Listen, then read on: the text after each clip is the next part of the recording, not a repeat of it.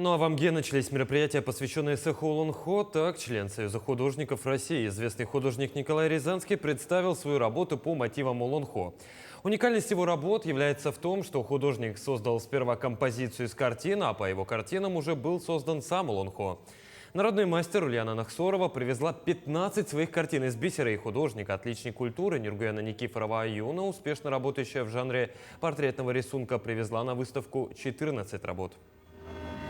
Уникальность в том, что, допустим, я есть профессионал, да, я профессионал, а Николай является именно самородком, нашим вот, как бы путеводной звездой.